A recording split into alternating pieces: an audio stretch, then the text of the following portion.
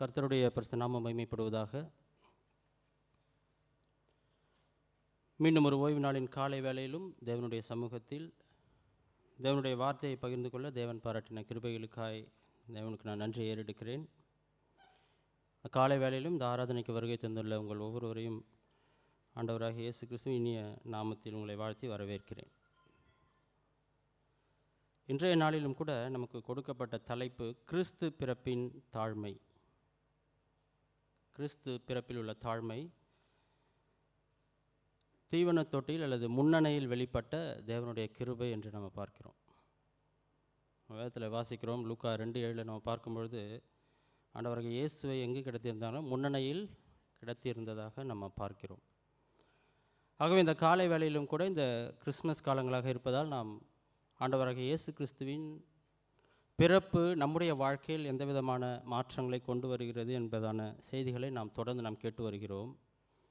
அதன் தொடர்ச்சியாக கிறிஸ்மஸ் பிறப்பின் தாழ்மை. ஆண்டவராகிய இயேசு கிறிஸ்து இந்த உலகில் பிறந்து நமக்காக மரித்து நம்மை மீட்டெடுத்தது அது அவருடைய அனாதி தாழ்மையை காண்பிப்பதாக நமக்கு காணப்படுகிறது. ஆகவே தான் இந்த காலையிலும் பிலிப்பியருக்கு எழுதின நிருபத்திலிருந்து நாம் அந்த வசனங்களை நாம் வாசித்தோம். எடுத்தவர்கள் மீண்டுமாக கூட எனக்கு ஒரு முறை பிலிப்பியர் 2:5 மட்டும் எனக்காக வாசியுங்கள். கிறிஸ்து இயேசுவில் இருந்த சிந்தையே உங்களிலும் இருக்க கடவது. இங்கே பார்க்கும்பொழுது கிறிஸ்து இயேசுவில் இருந்த சிந்தையே உங்களிலும் இருக்க கடவது. முதலாவதாக பவுல் இந்த பிலிப்பு திருச்சபைக்கு ஏன் இந்த நிருபத்தை எழுதுகிறார்? குறிப்பாக இந்த 2ஆம் அதிகாரத்தை ஒரு நோக்கத்தோடு கூட அவர் எழுதுகிறார். இது நிருபம், இது சுவிசேஷம் கிடையாது. இங்கே பார்க்கும்பொழுது மத்தேயு, மார்க்கு, லூக்கா, யோவானில் பார்க்கும்பொழுது அவர்கள் இயேசுனுடைய பிறப்பை குறித்து அதிகமாக சொல்லியிருப்பதை நாம் பார்க்க முடியும். ஆனால் பவுல் இங்கே நிருபம் எழுதும்போது இங்கே குறிப்பிடுகிற எதை பற்றி? கிறிஸ்மஸை குறித்தோ ஆண்டவராகிய இயேசு கிறிஸ்துவின் பிறப்பை குறித்தோ கூறுவதில் அதற்கு ஒரு பின்னணி காணப்படுவதை நாம் புரிந்து கொண்டோம் என்றால், எவ்வாறு ஆண்டவராகிய இயேசு கிறிஸ்து நம்முடைய வாழ்க்கையிலும் நம்முடைய சபையிலும் கூட நாம் எந்த நிலையில் காணப்படுகிறோம், நம்முடைய வாழ்க்கையில் நாம் எந்த விதமான தாழ்மையை நாம் தரித்து கொண்ட பிள்ளைகளாய் காணப்பட வேண்டும், அதை குறித்து தான் நாம் இன்று பார்க்க போகிறோம். முதலாவதாக பார்க்கும்பொழுது இந்த பிலிப்பியர் நிருபத்துடைய பின்னணி பார்க்கும்போது அப்போஸ்தலர் 16ஆம் அதிகாரத்தில் நம்ம ஒரு சில காரியங்கள் நாம் வாசித்தோம் என்றால் நமக்கு நன்றாக புரியும். பவுல் அங்கே மக்கதோனியா தேசத்தில் அவருடைய ஊழியத்தின் பாதையில் அவர்கள் இருக்கும் பொழுது அந்த நேரத்தில் தான் இந்த பிலிப்பு திருச்சபை நிறுவுவதாக நாம் பார்க்கிறோம். எடுத்தவர்கள் கூட அப்போஸ்தலர் 16 நம்ம ஒரு சில வசனங்களை நாம் பார்ப்போம். அப்போஸ்தலர் 16ஆம் அதிகாரம் 12ஆம் வசனம் எனக்காக வாசிங்க. அப்போஸ்தலர் 16:12 எனக்காக வாசிங்க.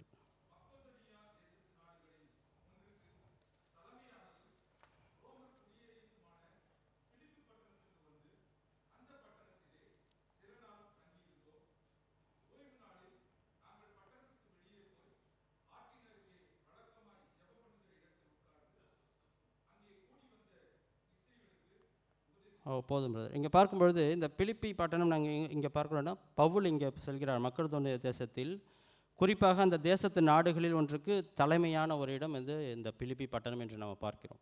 அந்த பிலிப்பி பட்டணத்துடைய அந்த பின்புலத்தை நம்ம பார்த்தோம் என்றால், அந்த பட்டணத்தில் பெரும்பாலான மக்கள் ரோமிலிருந்து குடிபெயர்ந்த மக்களாக காணப்படுகிறார்கள். அந்த மக்களுடைய பொருளாதார வாழ்க்கையை பார்க்கும்பொழுது அவர்கள் எல்லோரும் பார்க்கும்பொழுது ஒரு சமுதாயத்தில் ஒரு உயர்ந்த மதிப்பிலான அடிப்படையில் மக்கள் காணப்படுகிறார்கள். ஒரு விதமான அந்தஸ்தோடு ஒரு ஸ்டேட்டஸோடு நம்ம சொல்லும் பார்த்திங்கன்னா இந்த நாட்களிலும் கூட. அதுபோல் அந்த நாட்களில் அந்த பிலிப்பி பட்டணத்தில் வாழ்ந்த மக்கள் சமுதாயத்தில் ஒரு உயர்ந்த அந்தஸ்தை பெற்ற மக்களாய் அவர்கள் காணப்படுவதை நாம் இங்கே பார்க்க முடிகிறது. அவராக காணப்படும் பொழுது இந்த பிலிப்பி சபையை நிறுவியது பவுல். ஏன் இந்த நிறுவத்தை எழுதுகிறார் என்று பார்க்கும்பொழுது அங்கே ஏதோ இறையியல் கோட்பாடுகளோ அல்லது மக்களுக்குள்ளான ஒரு மொராலிட்டி, அவர்களான தங்களுடைய வாழ்க்கையில் சீர்கேடான வாழ்க்கை வாழ்கிறார்களோ அதை குறித்து அவர் எழுதவில்லை. அவர் இங்கே என்ன பார்க்கிறார் என்றால், அந்த மக்களுக்கு இடையேயான ஒரு ஒற்றுமை இல்லாத தன்மையை அவர் இங்கே அந்த சபையில் காண்பதை நாம் பார்க்கிறோம். இன்னும் அது ரொம்ப வளரலை, இப்போ தான் ஸ்டார்ட் ஆகுது சபையில். ஒரு யூனிட்டி அமாங் தெம்செல்ஃப் கொஞ்சம் மிஸ் ஆகுது அவர் பார்க்குறாரு. அதை பார்த்த பிறகு தான் பவுல் என்ன பண்ணுறாரு, இந்த காரியத்தை இங்கே அடிக்கோடிட்டு காட்டுவதை நாம் இங்கே நம்ம வாசிக்க முடியும். அதுதான் நம்ம பார்க்குறோம். இந்த 2ஆம் அதிகாரம் பிலிப்பியர் 2 முதல் 2 வசனங்கள் எனக்காக வாசிங்க. பிலிப்பியர் 2 முதல் 2 வசனங்களை நாம் பார்ப்போம்.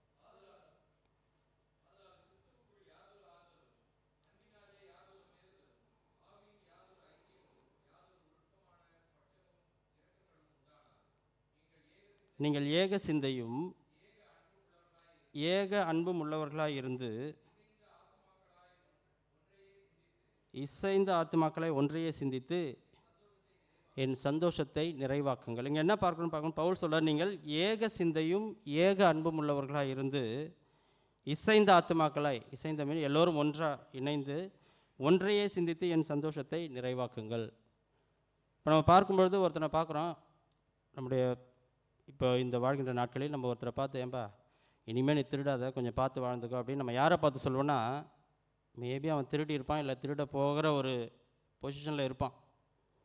இங்கே பவுல் ஏன் இப்படி சொல்கிறார் பார்க்கும்பொழுது, நீங்கள் ஏக சிந்தையாக ஏக மனமுள்ளவர்களாக இருந்து இசைந்த ஆத்துமாக்களாய் ஒன்றையே சிந்தித்து என்று பார்க்கும்பொழுது, அந்த மக்களுக்குள்ளாக ஒரு பிரச்சனைகள் காணப்படுவதை அவர் அங்கே காண்பதை நம்ம பார்க்கிறோம். அதுதான் அங்கே பிலிப்பியர் 4ஆம் அதிகாரத்தில் ஒரு 2 பேரை குறித்து சொல்வதை நம்ம பார்க்கிறோம். இதை குறித்து நம்ம அதிகமான பிரசங்கம் நம்ம கேட்டு இருக்கிறோம். பிலிப்பியர் 4:1-2 எனக்கு வாசிங்க, 2 மட்டும் வாசிங்க. மேபி கர்த்தருக்குள் ஒரே சிந்தையாக இருக்க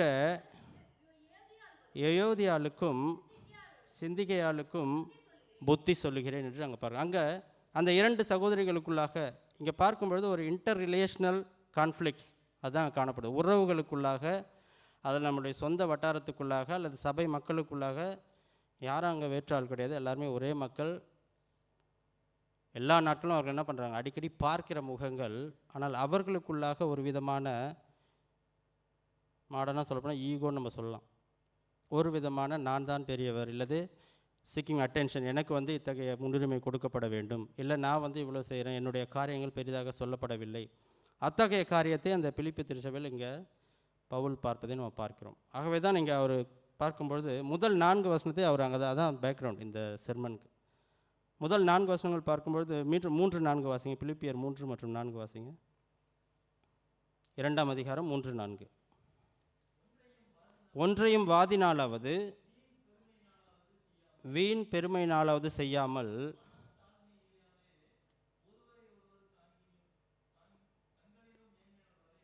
மனத்தாழ்மையினாலே ஒருவரையொருவர் தங்களிலும் மேன்மையானவர்களாக எண்ணக்கடவீர்கள். 4ஆம் வசனம், அவனவன் தனக்கானவைகளை அல்ல பிறருக்கானவைகளையும் நோக்குவானாக. இங்கே ரொம்ப தெளிவாக சொல்கிறார் பவுல், அவனவன் தனக்கானவைகளே அல்ல பிறனுக்கானவைகளையும் நோக்குவானாக. நீங்கள் எல்லோரும் ரொம்ப செல்ஃபிஷாக இருக்கீங்க, ஆனால் என்ன பண்ணணுமா, ஆண்டவராகிய இயேசு கிறிஸ்துவின் பெயரை சொல்கிறோம், அவரை நம்ம ரட்சித்திருக்கிறார் என்று நாம் விசுவாசிக்கிறோம், நாம் அவரை ஏற்றுக்கொண்டிருக்கிறோம். ஆனால் நாம் நமக்கானவைகளை மட்டும் செய்யும் பொழுது அங்கே உண்மையிலேயே அங்கே இயேசு கிறிஸ்து இல்லை என்பதை அவர் அங்கே குறிப்பிடுவதை நம்ம பார்க்கிறோம். ஆகவே தான் அவர் 5ஆம் வசனம் சொல்கிறார், கிறிஸ்து இயேசுவில் இருந்த சிந்தையே என்ன பண்ணணுமா, உங்களிலும் இருக்க கடவுது. ஆகவே கிறிஸ்து இயேசுவில் இருந்த சிந்தை, அது என்ன சிந்தை, அது அங்கே பார்க்கும்பொழுது அவர் என்ன சொல்கிறார், ஆண்டவராக இயேசு கிறிஸ்து எவ்வாறு அவர் தேவனாயிருந்தும் அவர் நமக்காக மனிதனாக பிறந்து, அதுதான் அங்கே 5ஆம் வசனத்தில் பார்க்கணும், மனிதனாக பிறந்து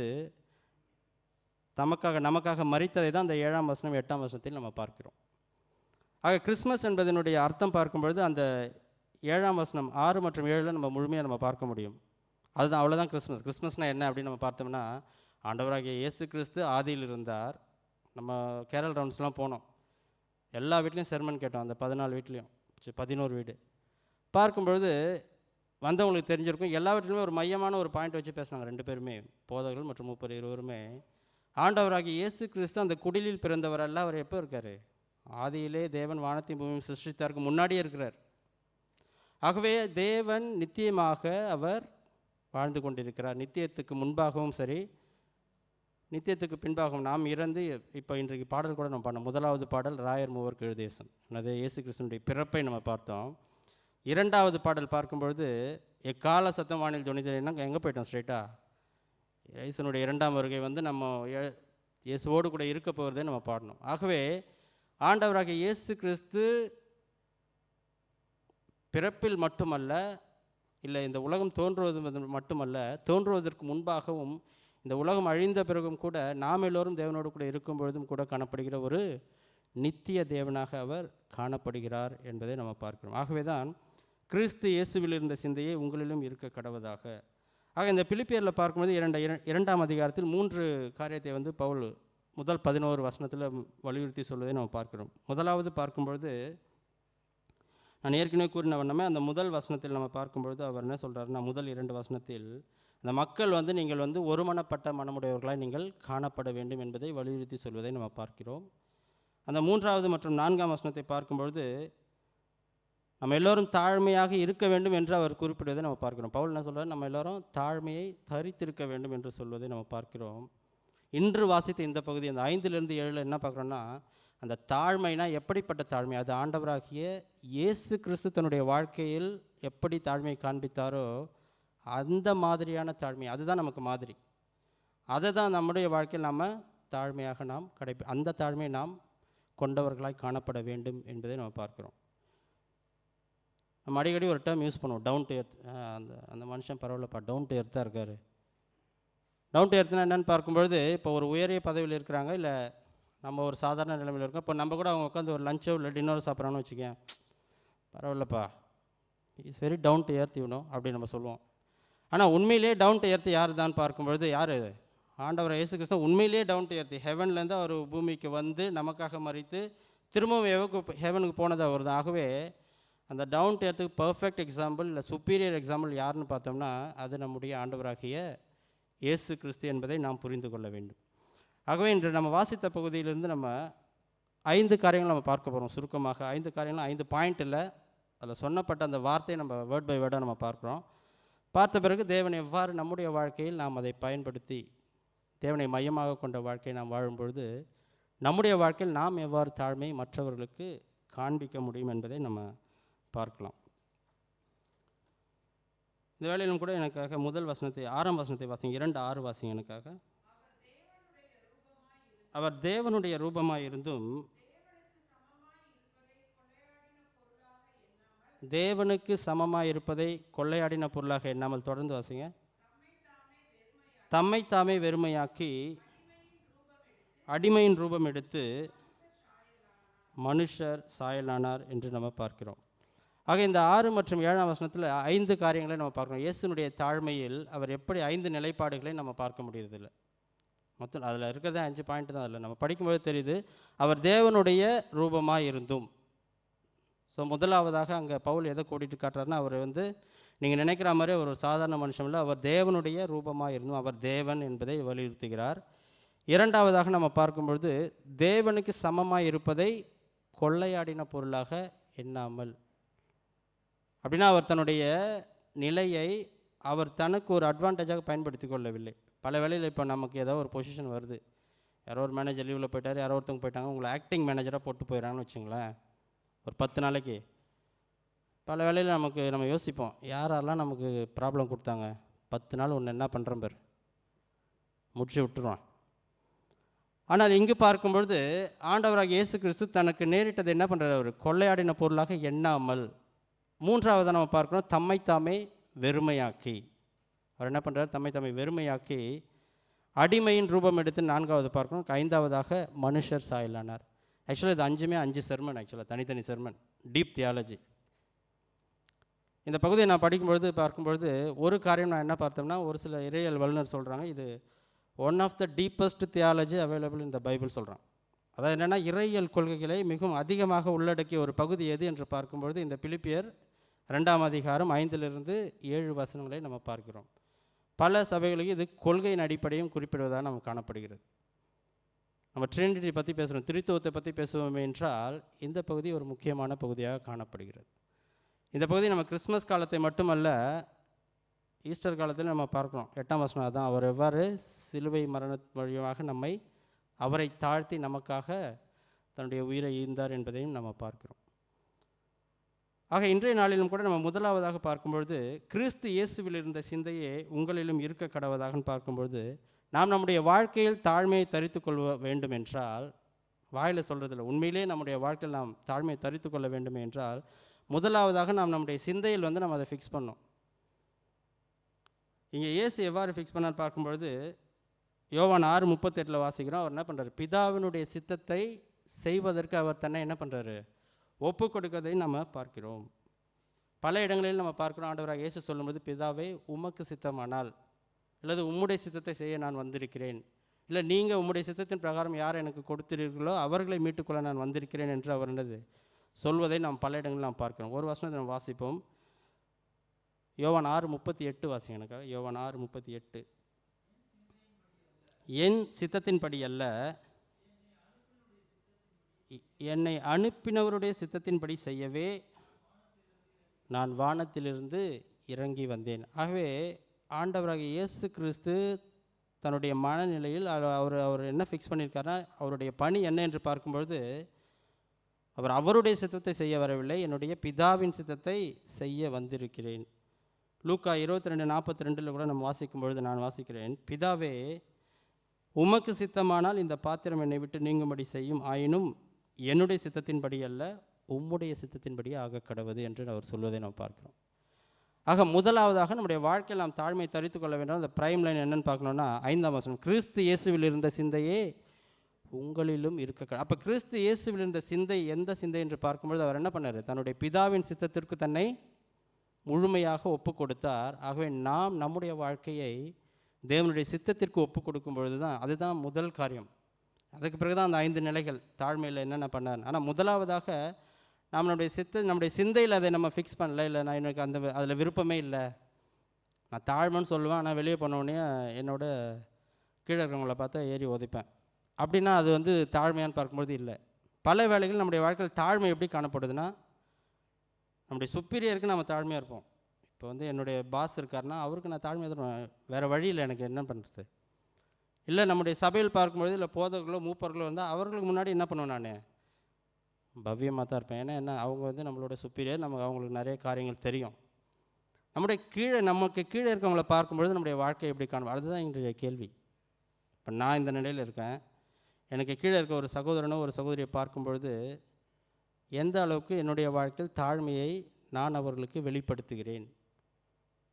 அப்படியே வெளிப்படுத்தினாலும் எந்த எக்ஸ்ட்ரீம் வரைக்கும் வெளிப்படுத்துவேன், ஒரு கொஞ்ச நாளைக்கு வெளிப்படுத்துவேன், தாழ்மையாக தான் இருப்பேன். அப்படியே வாழ்க்கை போயினே இருக்கும். ஏதாவது ஒரு டைமில் அந்த தாழ்மையை நம்மோட சிறியவராக இருக்கவர் நம்ம பார்த்து ஏதோ சொல்லிட்டாரு, இல்லை நம்ம செய்யறதுக்கு மேலாக செய்துட்டாரு, இல்லை ஏதோ ஒரு காரியம் செய்துட்டாருன்னு வச்சுங்களேன், அப்போ நம்ம சொல்லுவோம், போனால் போதுன்னு ஒன்று விட்டு கொடுத்தா ரொம்ப ஓவராக தான் போகிற. அதுதான் நம்முடைய தாழ்மை. லிமிட் அவ்வளோதான், முடிஞ்சிடுச்சு, எக்ஸ்ட்ரீம் ரீச் பண்ணிட்டோம் நம்ம. ஆனால் ஆண்டவராக இயேசு கிறிஸ்து தன்னுடைய தாழ்மையை தன்னுடைய வாழ்க்கையில் அவர் சிலுவை பரியந்தம் அவர் என்ன பண்ணார், தன்னை ஒப்பு கொடுத்தார் என்று நம்ம பார்க்கிறோம். ஆக நம்முடைய வாழ்க்கையில் கிறிஸ்து இயேசுவில் இருந்த சிந்தையை நமக்குள்ளே வைக்கும் பொழுது தான் நம்முடைய வாழ்க்கையில் நாம் தாழ்மையை முதலாவதாக நம்ம என்ன பண்ண முடியும், அதை நம்ம அங்கீகரிக்க முடியும். இல்லை, அதை நம்முடைய வாழ்க்கையில் நம்ம கடைபிடிக்க வேண்டும் என்றால் இந்த சிந்தையை நாம் என்ன பண்ணணும், முதலாவதாக நாம் சரி செய்ய வேண்டும் என்பதை நாம் பார்க்கிறோம். இப்போ நம்ம பார்ப்போம் 6ஆம் வசனம் முதல் பகுதியை மட்டும் வாசிங்க. அவர் போதும் சார், அவர் தேவனுடைய ரூபமாய் இருந்தும் என்று நம்ம பார்க்கிறோம். இதுதான் அந்த தாழ்மையினுடைய 5 படிகளில் முதலாவது படி. அந்த வசனத்தின் பிரகாரமாய் பார்க்கும் பொழுது அவர் தேவனுடைய ரூபமாய் இருந்தும். முதலாவதாக நாம் எல்லோரும் புரிந்து கொள்ள வேண்டியது, எல்லோருக்கும் தெரிந்த ஒரு காரியம், ஆண்டவராக இயேசு கிறிஸ்து அவர் ஒரு தேவன். அதான் யோவான் 1:1 நம்ம கேட்டோம், பல இடங்களில் வாசித்தோம். ஆதியிலே வார்த்தை இருந்தது, அந்த வார்த்தை தேவனிடத்திலிருந்து, அந்த வார்த்தை தேவனாய் இருந்தது. இந்த பாட்டு குமாரன் கொடுக்கப்பட்டால 2வது சரணாக தான் பாடணும். வார்த்தையாக இருந்தவர் மாம்சமாய் உலகிலே ஜீவனை அளிக்க வந்தார் என்று நம்ம பார்த்தோம். ஆகவே ஆதியிலே வார்த்தை இருந்தது, அந்த வார்த்தை தேவனிடத்தில் இருந்தது, அந்த வார்த்தை தேவனாய் இருந்தது. ஆகவே இயேசு கிறிஸ்து எங்கே இருக்கார்? ஆதியிலே வார்த்தையான தேவன் நமக்காக மனிதனாக உருவெடுத்து வந்ததை நம்ம பார்க்கிறோம். கொலோசியர் 1:12 எனக்காக வாசிங்க.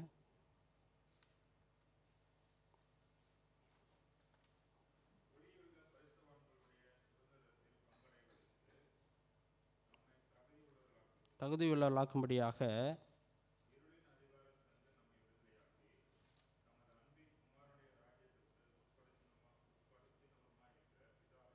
பிதாவை ஸ்தோத்தரிக்கிறேன். அவர் பார்க்கும்பொழுது அவர் எப்போ இருக்கிறார் பார்க்கும்பொழுது அவர் காலங்களுக்கு முன்பாக அவர் தேவனாய் காணப்படுகிறார். கொலோசியர் 2:9 நம்ம இவ்வாறாக வாசிக்கிறோம், ஏனென்றால் தேவத்துவத்தின் பரிபூர்ணம் எல்லாம் சரீரப்பிரகாரமாக அவருக்குள் வாசமாக இருக்கிறது. ஆகவே ஆண்டவராக இயேசு கிறிஸ்து சரீரப்பிரகாரமாக இருந்த போதிலும் கூட தேவத்துவத்தின் பரிபூர்ணம் அவர் மூலமாய் காணப்படுகிறது என்பதை நாம் பார்க்கிறோம்.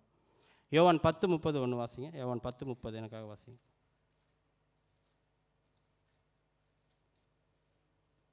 யோவான் 10:30 நானும் பிதாவும் ஒன்றாய் இருக்கிறோம் என்றார். ஆக இங்கே இயேசு மிகவும் வெளிப்படையாக பல இடங்களில் சொல்லுவதை நம்ம பார்க்கிறோம். நானும் பிதாவும் ஒன்றாய் இருக்கிறோம். பல வசனங்கள் இருக்கிறது. யோவான் 17:5, எபிரேயர் 1:8 நீங்கள் வீட்டில் போய் வாசிங்க. ஆனால் இதெல்லாம் பார்க்கும்பொழுது இயேசு தேவன், அவர் ஆதியிலே இருந்த தேவன், அவர் வார்த்தையாய் வந்த தேவன், அவர் நம்மை மீட்ட தேவன், நமக்காக பரலோகத்தில் பரிந்துரை செய்கிற தேவன், நம்மோடு கூட இருக்க போகிற தேவன் யார்? ஆண்டவராக இயேசு கிறிஸ்து என்பதை நாம் புரிந்து கொண்டோம் என்றால், அந்த தேவன் எவ்வாறு தன்னுடைய வாழ்க்கையில் தாழ்மையை கடைபிடித்தாரோ அதை வச்சு கம்பேர் பண்ணும்போது நம்முடைய வாழ்க்கையில் நாம் சொல்கின்ற தாழ்மை ஏட்டளவில் தான் காணப்படுவது என்பதை நாம் புரிந்து கொள்ள முடியும். ஆக முதலாவது காரியம், அவர் தேவனுடைய ரூபமாய் இருந்தும் என்று பார்க்கும்பொழுது அவர் நித்தியமான தேவன், அவர் பிதாவுக்கு சமமான தேவன், அவர் தன்னுடைய மகிமையில் தேவனுக்கு நிகரானவர் என்பதை நாம் புரிந்து கொள்ள வேண்டும். அதுதான் தேவனுடைய ரூபமாக இருந்தும். தொடர்ந்து அந்த 6ஆம் வசனத்தை எனக்காக வாசிங்க. 2ஆம் பகுதி, பிலிப்பியர் 2:6.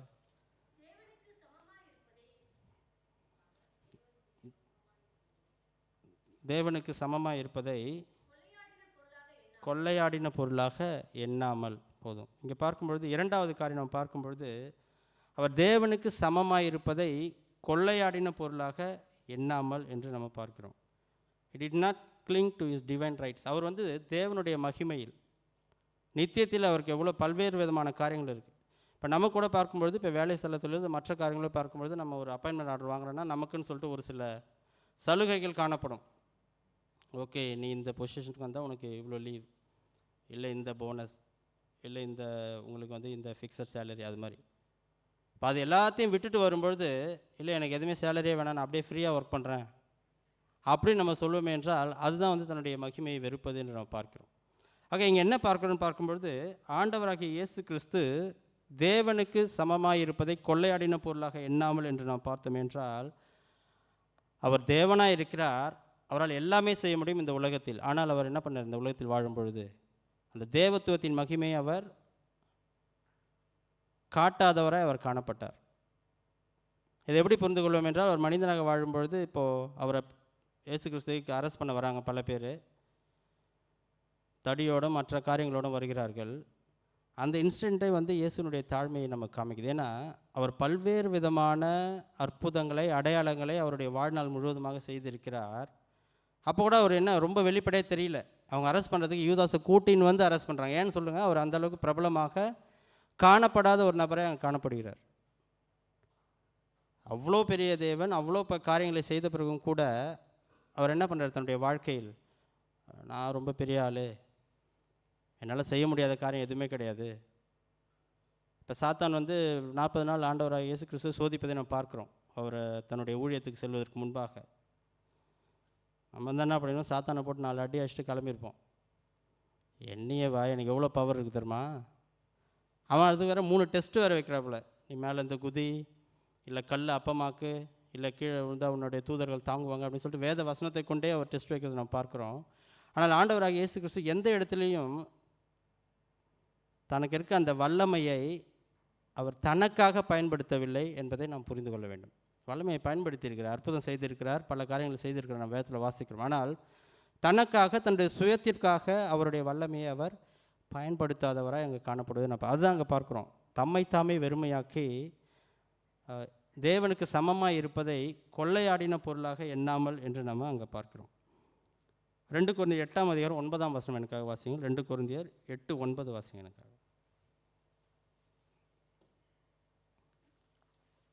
உங்களுக்கு தெரிந்த ஒரு வசனம் தான் இது. நம்முடைய கர்த்தராகிய இயேசு கிறிஸ்துவின் கிருபையை அறிந்திருக்கிறீர்களே, அவர் ஐஸ்வர்யம் உள்ளவராக இருந்தும்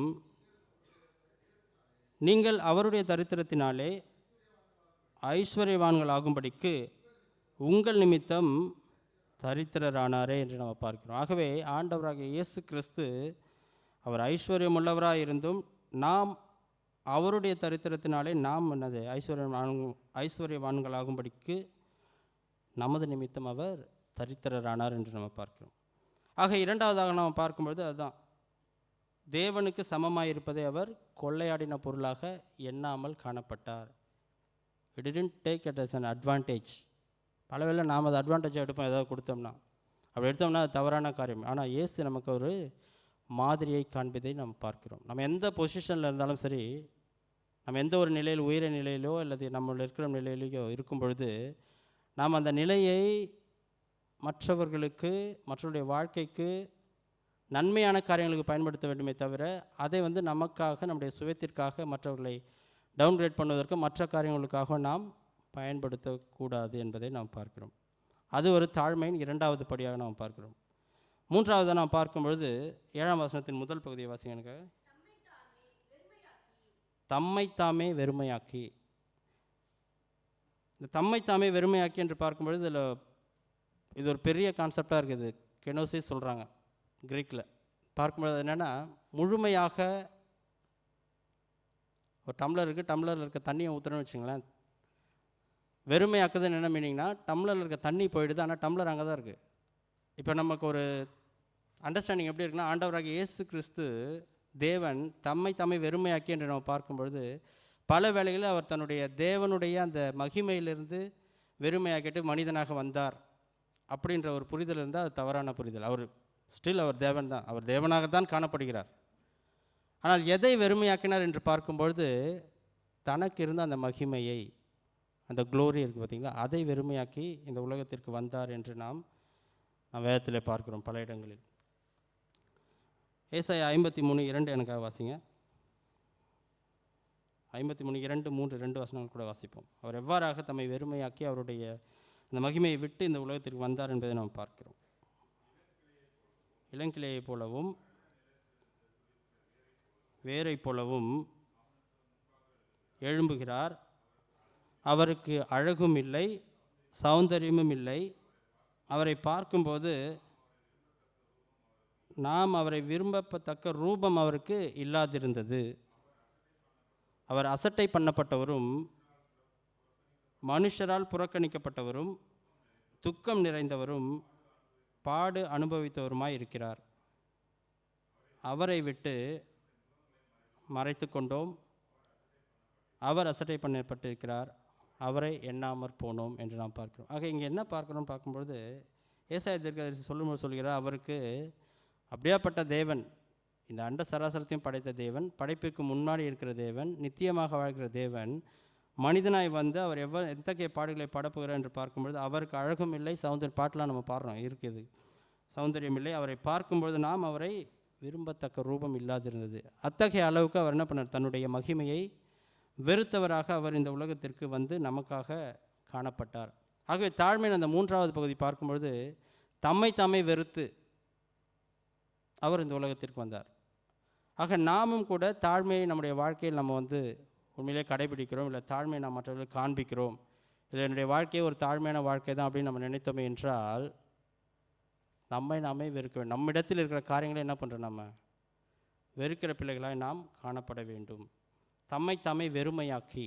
ஆகவே நாம் நம்மிடத்தில் இருக்கிற அந்த சுயத்தை வெறுக்கிறவர்களாய், இல்லை நம்மிடத்தில் இருக்கிற ஓகே நான் ஒரு பெரிய ஆள் என்ற, இல்லை நான் ஒரு இந்த மதிப்பில் இருக்கிறேன், இல்லை என்னுடைய ஃபேமிலி பேக்ரவுண்ட் இது, இல்லை என்னுடைய சபையின் பேக்ரவுண்ட் இது, இல்லை என்னுடைய காரியங்கள் இது என்று நம்முடைய பின்புலத்தை வெறுமையாக்கி தேவனுடைய சமூகத்திற்கு முன்பாக வரும்பொழுது தான் உண்மையிலேயே நாம் என்ன பண்ணுறோம், தேவனுடைய தாழ்மையை தரித்த பிள்ளைகளாய் நாம் காணப்பட முடியும் என்று நாம் பார்க்கிறோம்.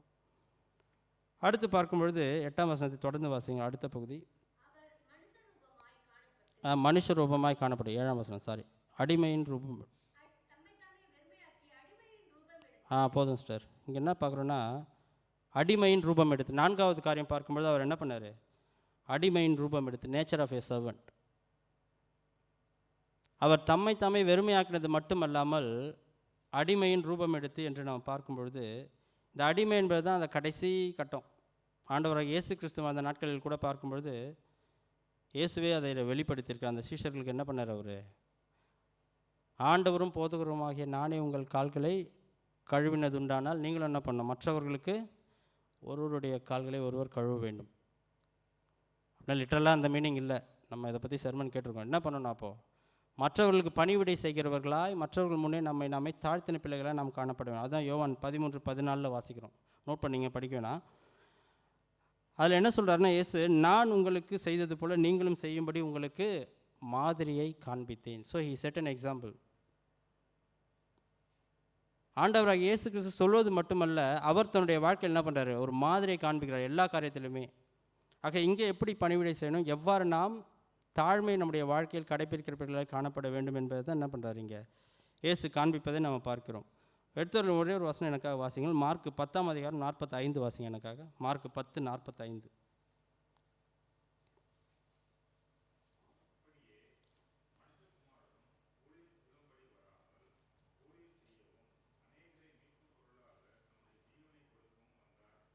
என்றார்.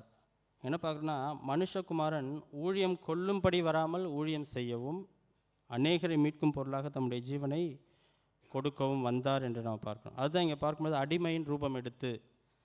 வேதத்தில் நம்ம பல இடங்களில் பார்க்குறோம், ஆண்டவராக இயேசு கிறிஸ்து இந்த அடிமையின் கோலம் பூண்டதை நம்ம பார்க்க முடியுது. அவருடைய வாழ்க்கை முழுவதுமாகவே அவர் எந்த இடத்துலையும் வந்து ரொம்ப தன்னை ஒரு பெரிய ஆளாகவோ இல்லை தான் ஒரு பெரிய வல்லமையுள்ள ஆளாகவோ அவர் காண்பிக்கவில்லை. அதன் மூலம் ஆனால் அவர் தன்னை ஒரு அடிமையாக, வாழ்க்கையில் எந்த நிலைக்கும் தன்னை தாழ்த்த முடியும் என்ற ஒரு காரியத்தை அவர் தன்னுடைய வாழ்க்கையில் காண்பித்ததை நம்ம பார்க்குறோம். பல இடங்களில் நம்ம போகிறோம், இங்கே ஹாக்கர் சென்டர்லாம் போகும்போது பார்த்தோன்னா நிறைய பேர் வயசானவங்க இல்லை முதியவங்களாம் அந்த டேபிள் கிளீனிங் மற்ற காரியங்கள்லாம் செய்வாங்க. இப்போ நம்முடைய பொசிஷனை விட்டு நம்ம போய் அந்த டேபிள் க்ளீன் பண்ணோம்னா அது நம்ம யோசித்து பார்க்க முடியாத ஒரு காரியம். பார்த்தீங்களா, அத்தகைய தாழ்மையை தான் இங்கே என்ன பண்ணுறாரு ஆண்டவர் இயேசு கிறிஸ்து காண்பிப்பதை நாம் பார்க்கிறோம். ஆக தாழ்மை என்பது வெறும் வார்த்தையில் மட்டுமல்லாது தன்னுடைய வாழ்க்கையில் தேவன் என்ன பண்ணார், வாழ்ந்து காட்டினார், அதை நமக்கு மாதிரியாக செய்து காண்பித்தார் என்று நம்ம பார்க்கிறோம். அந்த 7ஆம் வசனத்தினுடைய கடைசி பகுதி வாசிங்க. 7ஆம் வசனத்தில் மனுஷர் சாயலானார் என்று நம்ம பார்க்கிறோம். இங்கே பார்க்கும்பொழுது அவர் என்ன பண்ணார், மனுஷர் சாயலானார். இங்கே தான் ஒரு பெரிய கேள்வி. அவர் வந்து ஆண்டவராக இயேசு கிறிஸ்து மனுஷராயிட்டார், ஆகவே அவர் வந்து தேவனாக இல்லை அப்படின்ற ஒரு கேள்வி ஒரு சில பேர் சொல்லுவாங்க. ஒரு சில பேர் என்ன சொல்லுவாங்கன்னா, அவர் வந்து மனுஷாக தான் காணப்பட்டார், ஆனால் தேவனாகவும் இருந்தார், தேவனுடைய வல்லமை அவரோடு இருந்தது, அவருக்கு வந்து நமக்கு இருக்க மாதிரி பசியோ மற்ற காரியங்களெல்லாம் இல்லை, அதனால தான் அவரால் அந்த 40 நாள்லாம் வந்து சஸ்டெயின் பண்ண முடிந்தது அப்படின்ற ஒரு கருத்து இருக்குது. ஆனால் நம்முடைய கருத்து என்னன்னு பார்க்கும்பொழுது, ஆண்டவராக இயேசு கிறிஸ்து வேதத்தின் மூலமாக அவர் 100% மனுஷனாக இருந்தார், 100% என்ன பண்ணார், தேவனாகவும் காணப்பட்டார். தன்னுடைய வாழ்க்கையில் நமக்கு காணப்படுகிற எல்லா விதமான பலவீனங்களையும் அவர் கண்ட தேவனாக அவர் காணப்பட்டார் என்று நாம் பார்க்கிறோம். அதுதான் பார்க்கும்பொழுது யோவான் 1:14 எனக்காக வாசிங்க. யோவான் 1:14.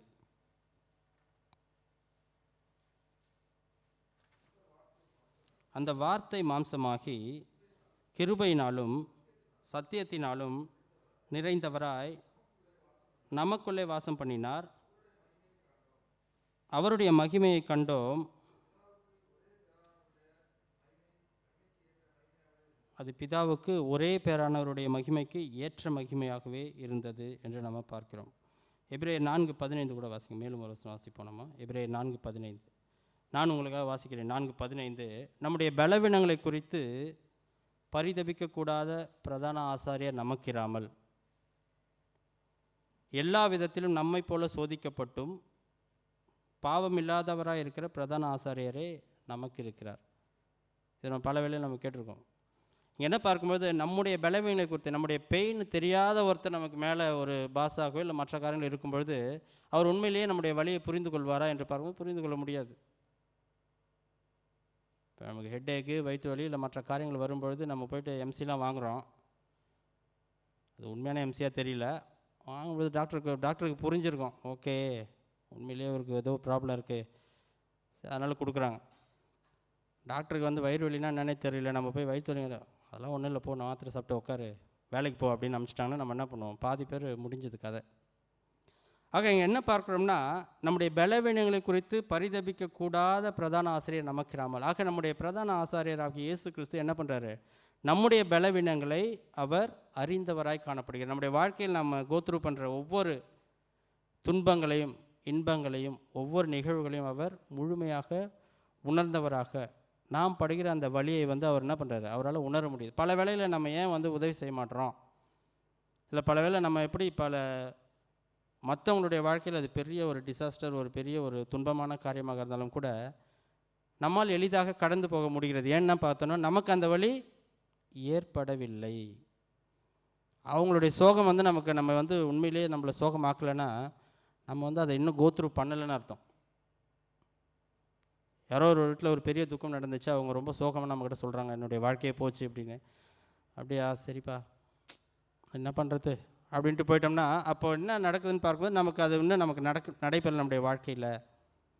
நமக்கு அவங்களுடைய வேதனையோ வலியோ புரிந்து கொள்கிற அளவுக்கு என்ன பண்ணல, நமக்கு அந்த காரியங்கள் தென்படவில்லை. ஆனால் இயேசு கிறிஸ்து நம்முடைய வாழ்க்கையை முழுமையாக அறிந்தவராய், நம்முடைய வாழ்க்கையில் நாம் சந்தித்து வருகிற ஒவ்வொரு பிரச்சனைகளையும் top to end, bottom to top எல்லாவற்றையும் அவர் என்ன பண்ணுறாரு, முழுமையாக அறிந்து நம்முடைய வேதனைகளை உணர்ந்தவராக இருப்பதனால்தான் நாம் அவர்கிட்ட என்ன பண்ணுறது, நம்முடைய குறைகளை கொண்டு செல்ல முடிகிறது என்று நம்ம பார்க்கிறோம். ஆகவே இந்த கிறிஸ்மஸ் நாட்களில் பார்க்கும்பொழுது இந்த ஆண்டவராகிய இயேசு கிறிஸ்துனுடைய தாழ்மை என்று பார்க்கும்பொழுது அதில் 5 காரியங்கள் நம்ம பார்க்கணும். அவர் தேவனுடைய ரூபமாக இருந்து வந்திருக்க, அவர் தேவனாக இருப்பதால்.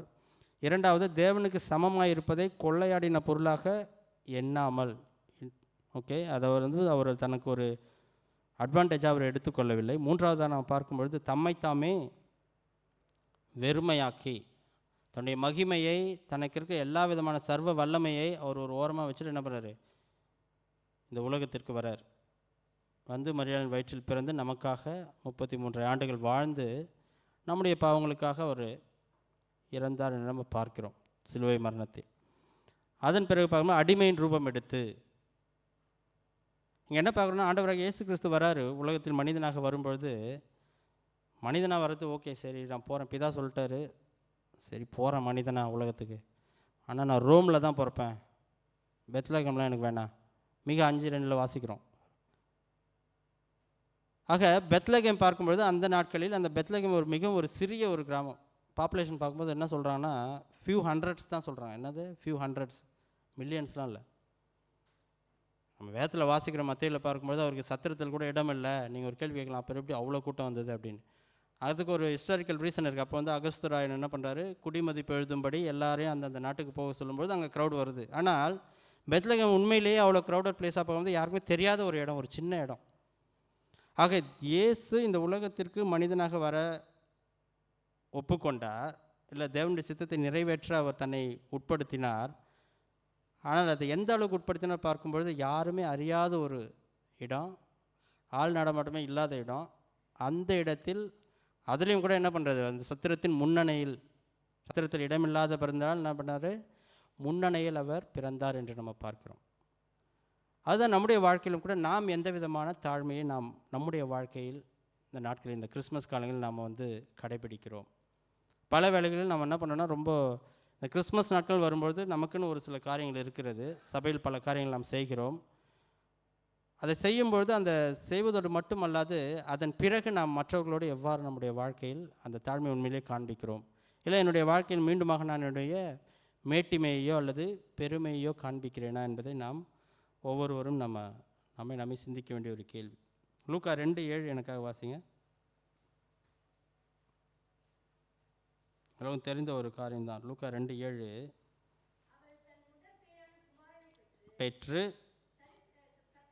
சத்திரத்திலே இடமில்லாதிருந்தபடியினால் பிள்ளையை துணிகளில் சுற்றி முன்னணையிலே கிடத்தினாள். அதான் நம்முடைய தலைப்பு, முன்னணையில் வெளிப்பட்ட தேவனுடைய கிருபை அல்லது தீவன தொட்டியில் வெளிப்பட்ட தேவனுடைய கிருபை என்று பார்க்கும்பொழுது, எவ்வாறு அந்த முன்னணையில் ஆண்டவராகிய இயேசு கிறிஸ்து தன்னுடைய தாழ்மையை தரித்தவராய் இந்த உலகத்திற்கு வந்து அவருடைய கிருபையை நமக்கு வெளிப்படுத்தினார் என்ற காரியங்கள் தான் நம்ம இங்கே பார்க்குறோம்.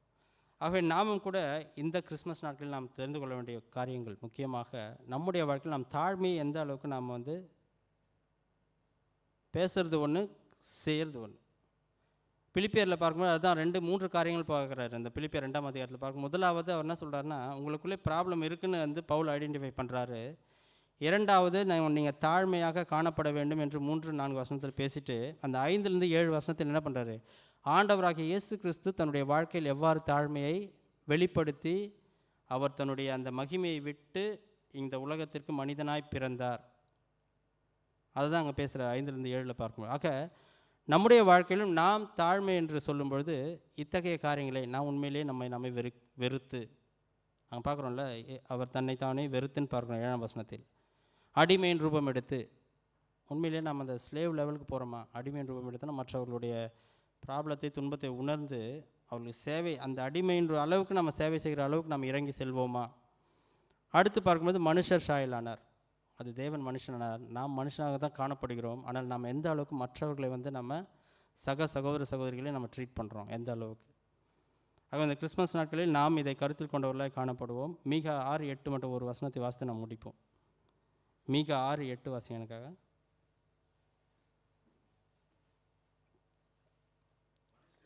மனுஷனே,